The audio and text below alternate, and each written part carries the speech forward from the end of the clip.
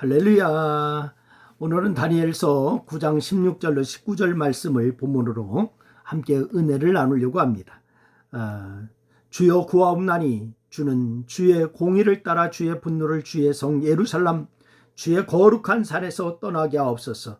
이는 우리의 죄와 우리 조상들의 죄악으로 말미암아 예루살렘과 주의 백성이 사면에 있는 자들에게 수치를 당함이니이다.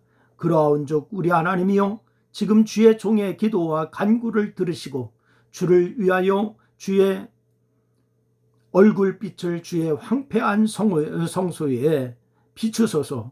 나의 하나님이여, 귀를 기울여 들으시며 눈을 떠서 우리의 황폐한 상황과 주의 이름으로 일컫는 성을 보옵소서.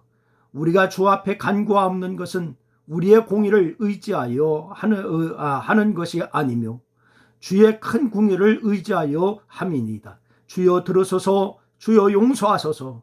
주여 귀를 기울이시고 행하소서. 지체하지 마옵소서. 나의 하나님이여, 주 자신을 위하여 하옵소서. 이는 주의 성과 주의 백성이 주의 이름으로 일컫는 바 됨이니이다. 아멘.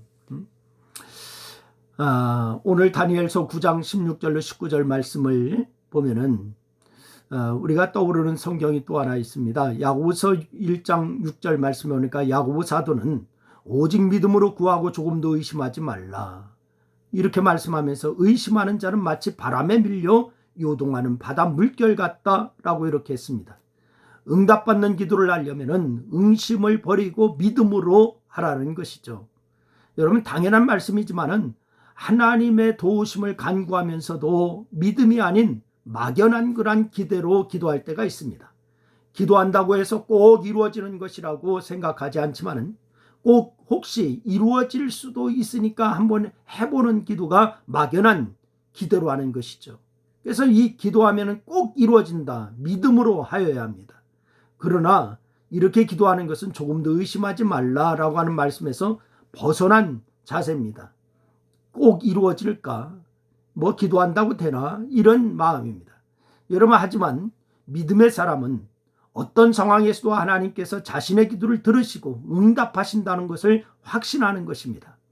우리는 그 믿음을 다니엘에게서 발견하게 되는데, 다니엘이 어떤 상황에서 어떤 기도를 했는지 오늘 우리가 본문 말씀을 통하여서 발견할 수가 있습니다.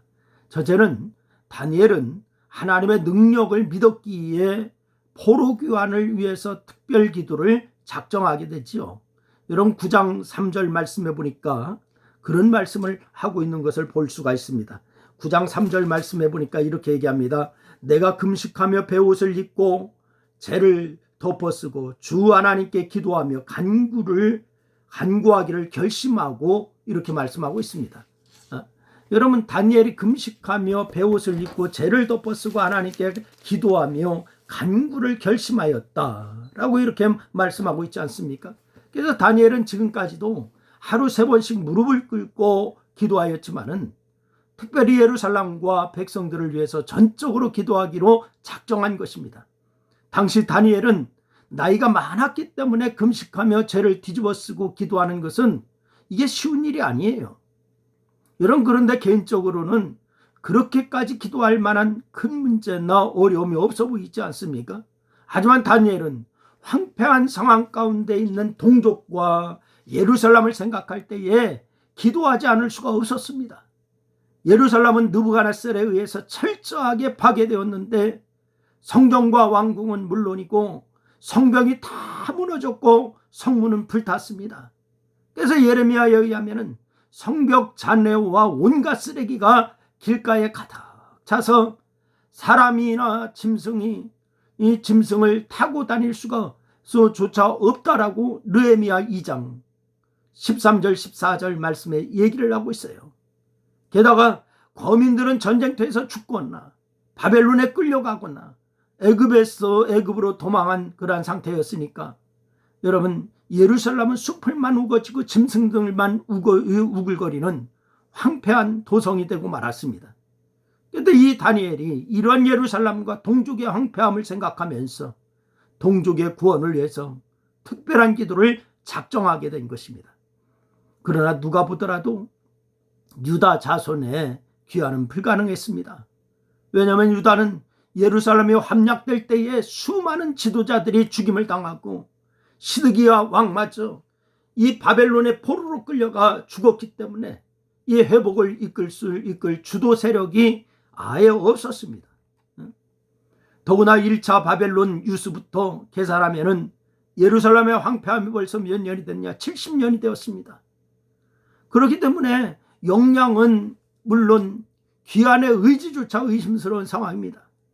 물론 제국이 손해를 무릅쓰고 그 많은 유다 자손들을 돌려보낼 이유도 없고, 하지만 이때의 다니엘은 하나님의 크신 능력을 믿었기에 하나님께서 이스라엘 자손을 용서하시고 회복의 마음을 품으신다면 얼마든지 귀환할 수 있다라고 하는 것을 믿음으로 확신하게 된 것이에요. 그래서 민족의 죄를 안고 금식하면서 하나님의 용서를 구하기를 작정한 것입니다. 두 번째로 이 다니엘은 말씀에 근거하여 믿음으로 기도하기 시작합니다. 다니엘의 특별 기도를 작정하게 된 이유는 예레미야 선지자를 통해서 주신 하나님의 말씀 때문이었습니다. 여러분, 다니엘은 예레미야서를 통해서 예루살렘의 황폐함이 70년 만에 그치리라 라고 하는 약속의 말씀을 읽게 되지요. 예레미야서 25장 11절 말씀에 보니까 70년 동안 바벨론의 왕을 섬기리라 라고 하는 말씀이 있었어요. 그리고 29장 10절 말씀에 보니까 바벨론에서 70년이 차면은 하나님께서 돌보셔서 예루살렘으로 돌아오게 하신다라고 하는 말씀이 있었습니다. 이 말씀을 믿은 것입니다. 물론 앞서 말한 것처럼 이스라엘 자손이 본토로 귀환한다고 하는 거, 이 정황상 불가능했습니다. 하지만 이 다니엘은 하나님께서 약속하신 것을 잊지 않고 반드시 이루시는 신실하신 분이심을 믿었던 것입니다. 여러분, 사람 같으면 약속을 했더라도 힘들거나 행하기 어려울 것 같거나 손해가 될 것 같으면 슬쩍 약속을 어기는 때도 있지 않습니까? 그런데 하나님은 그런 분이 아닙니다. 신명기 7장 9절 말씀에 보니까 하나님을 신실하신 하나님이다 라고 소개하고 있습니다. 그를 사랑하고 그의 계명을 지키는 자에게는 천대까지 그의 언약을 이행하시고 인애를 베푸신다 라고 신명기 7장 9절 말씀에 우리에게 말씀을 주시고 있습니다. 여러분, 무엇보다도 다니엘은 하나님께서 약속하신 것을 이루실 능력이 있는 분이시다 라고 하는 것을 믿었습니다.